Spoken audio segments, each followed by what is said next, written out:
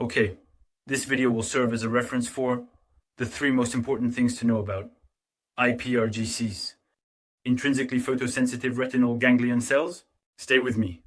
These cells, you have them in your retina, which is already the beginning of the brain. Your retina, which allows, when you see something beautiful, your retina tells your brain, unlike cones and rods, which are the other types of photoreceptors, iPRGCs do not serve to see shapes, to see the beauty of life, to see colors. No, iPRGCs, they are not numerous, and yet they are crucial for your life. They serve to perceive light. Their language is not rhodopsin and iodopsin, which are the proteins of rods and cones, respectively. No, their language is melanopsin. Not to be confused with melatonin, I will come back to that. Well, I will explain that now. iPRGCs see light when there is light. iPRGCs allow you to be focused, productive, to be happy, to be positive, to be calm. When it sees natural light, and they allow you to sleep when it does not see natural light. And when it does not see artificial light, when it sees light, the hormone noxin tells the hypothalamus, the suprachiasmatic nucleus of the hypothalamus, which is the conductor of the biological clock we have in all our cells, which is somewhat called the slave oscillators. This means that each of our cells is made. Each of our cells, I'm talking about liver cells, digestive cells. People who have, for example, stomach pain are also concerned by this video. You know, for instance, that your stomach hurts more when you haven't slept well and consequently haven't eaten well. In short, a biological clock, not a good one. Well, all our cells have a clock that is called peripheral. These are the slave oscillators. And they are subject to this hypothalamus, which first receives the signal from the hyper-GC located in the retina. But then the hypothalamus, when it doesn't see light, let's do this. When it sees light, it tells the pineal gland, you must not secrete melatonin. Melatonin, the sleep hormone, to simplify, even though it does other things, etc. And when the hyper-GC this time do not see light, the sun has set. Let's assume there is no artificial light. In our life, they do not see any light at all, except for the moon's light, maybe the fire's light, but anyway. They do not see any light. They tell the hypothalamus tells the pineal gland, okay, it's time to start secreting melatonin. And we secrete the maximum amount of melatonin between 3 a.m. and 5 a.m. Which explains why, between 3 a.m. and 5 a.m., it's the period, the most difficult time, if you want to stay awake. So, the 3 most important things about iPRGCs: specificity, temporality, location. Specificity first. The iPRGCs, life is unequal, life is unfair. They are much more sensitive to certain types of wavelengths, to certain colors. They are much more sensitive to blue light. That's why you always hear about blue light. And they are also very sensitive to ultraviolet light. Basically, it's simple. They are sensitive to the blue sky. They are sensitive. When the sun is at noon, there is the blue sky. They are extremely sensitive to it, much more than to red light. That doesn't mean that sunrise and sunset are not important for our biological clock. Quite the opposite.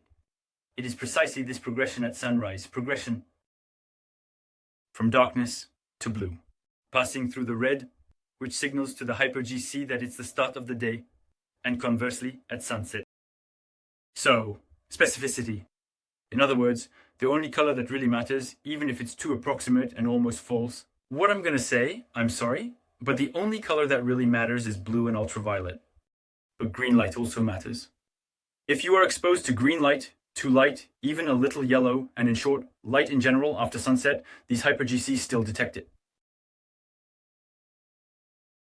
And so blue light is the most important. And so it's the light that most inhibits the secretion of melatonin. You got it. So specificity, but then temporality. The iPRGC, imagine it like a timer. In the morning, that's why I say it in many of my videos, the first hours of the day are crucial for your biological clock. If you want to sleep well, you need to have a good morning first. And how to have a good morning? By respecting your IPRGC. Because when it sees light, especially the sunrise, the IPRGC start the timer and say, okay, in 12 to 16 hours, it will be time to sleep. It will be time to secrete melatonin. If it doesn't see this light, if you stay inside while the sun is rising, in that case, your IPRGC don't see it. They don't tell your brain that it's time to be active, that it's time to be happy, that it's time to be focused. And your brain is neither active nor, well, a little bit, but not enough. Much less than what you could be. So this is the timing of the hyper-GC. In relation to the morning, but in relation to the evening, the paradox I want to mention is that once we've spent those 12 to 16 hours awake, well, these hyper-GC, they want so little light that, in fact, they are far too sensitive to it. It's paradoxical, it's counterintuitive, but they are much more sensitive to it once we've spent 12 to 16 hours awake. And so, a tiny bit of light greatly inhibits your melatonin secretion once you've been awake for 14 hours. That's why I often say that if you're on your phone in the morning outside, what's unfortunate is that you're not looking at the sky and you're not watching the sunrise. So that's a missed opportunity. But basically, when you look at the blue light outside and it's daytime, you already know it impacts you. Less than when you're scrolling on Instagram or YouTube. At 11 p.m. in your bed, it's not the same. And well, that's related to the hyper-GC. It's the timing of the hyper-GC. They are more sensitive after 2 p.m., 12 p.m., 2 p.m., 4 p.m. And the last thing is the location of the IPRGC. That is related to the fact that you've noticed you're normally more active, more alert at noon than at midnight. Why? Because at noon the sun is theoretically above our heads. There you go, that's the elites. Well, the IPRGC are located at the bottom of our retina. Lower down, proportionally. They are lower down, which makes them more sensitive to lights that are high up. So that's very good. At noon, but the problem is that in nature, the sun at noon is high only at noon. At 1 p.m. as well, at 11 a.m. as well, but not much at 8 a.m., not much at 8 p.m.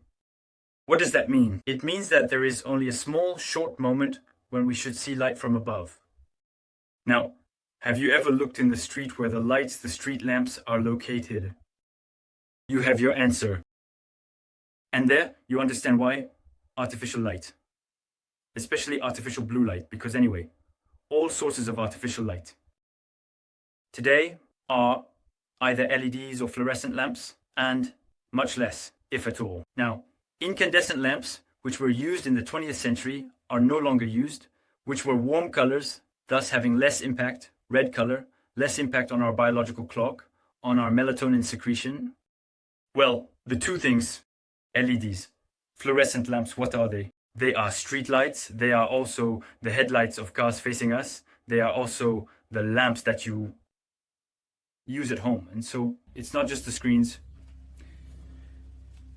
Street lights are above, and street lights clearly prevent sleeping. They emit, all these sources emit a peak of blue light. And that's why you always hear about blue light. And obviously, blue light is something proven. It's something logical. People who, sorry, I have a message. People who say it's false, even if they are ophthalmologists, even if they are opticians, they simply either haven't looked at a rainbow, or haven't looked at the blue sky, or haven't looked at a real night, or haven't looked at PubMed, because it is indeed proven.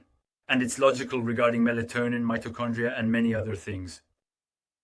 So, sometimes there are people who are highly educated who speak without knowing. Without having researched, it's worse. Here are the 3 things about hyper-GC. This will truly be the reference on hyper-GC. What else I can tell you is that these hyper-GC that use melanopsin, well, they are only in the retina, all right? On the other hand, melanopsin is also expressed by true skin cells. And that is super interesting. So it leads to thinking, but here, it's still a hypothesis that the skin is also a Well, no, that's certain. The skin is a very important interface with light, just for the synthesis of this hormone, which is vitamin D, cholecalciferol, but also the fact that it expresses melanopsin could lead us to think, without me asserting it, all right, I am not asserting it formally, but lead us to think that our circadian rhythm does not only depend on our eyes, but also on our skin. But well, if we focus only on the things that work, only on the most important things, when you are facing the sun, what hurts your eyes, what dazzles? When you are facing the sun while driving, it's the eyes, not the skin. So, the eyes are clearly much more important for your circadian rhythm than the skin. End of the video. The IPRGCs, you have to respect them, my friends. And there you go. Take care of yourselves. See you soon.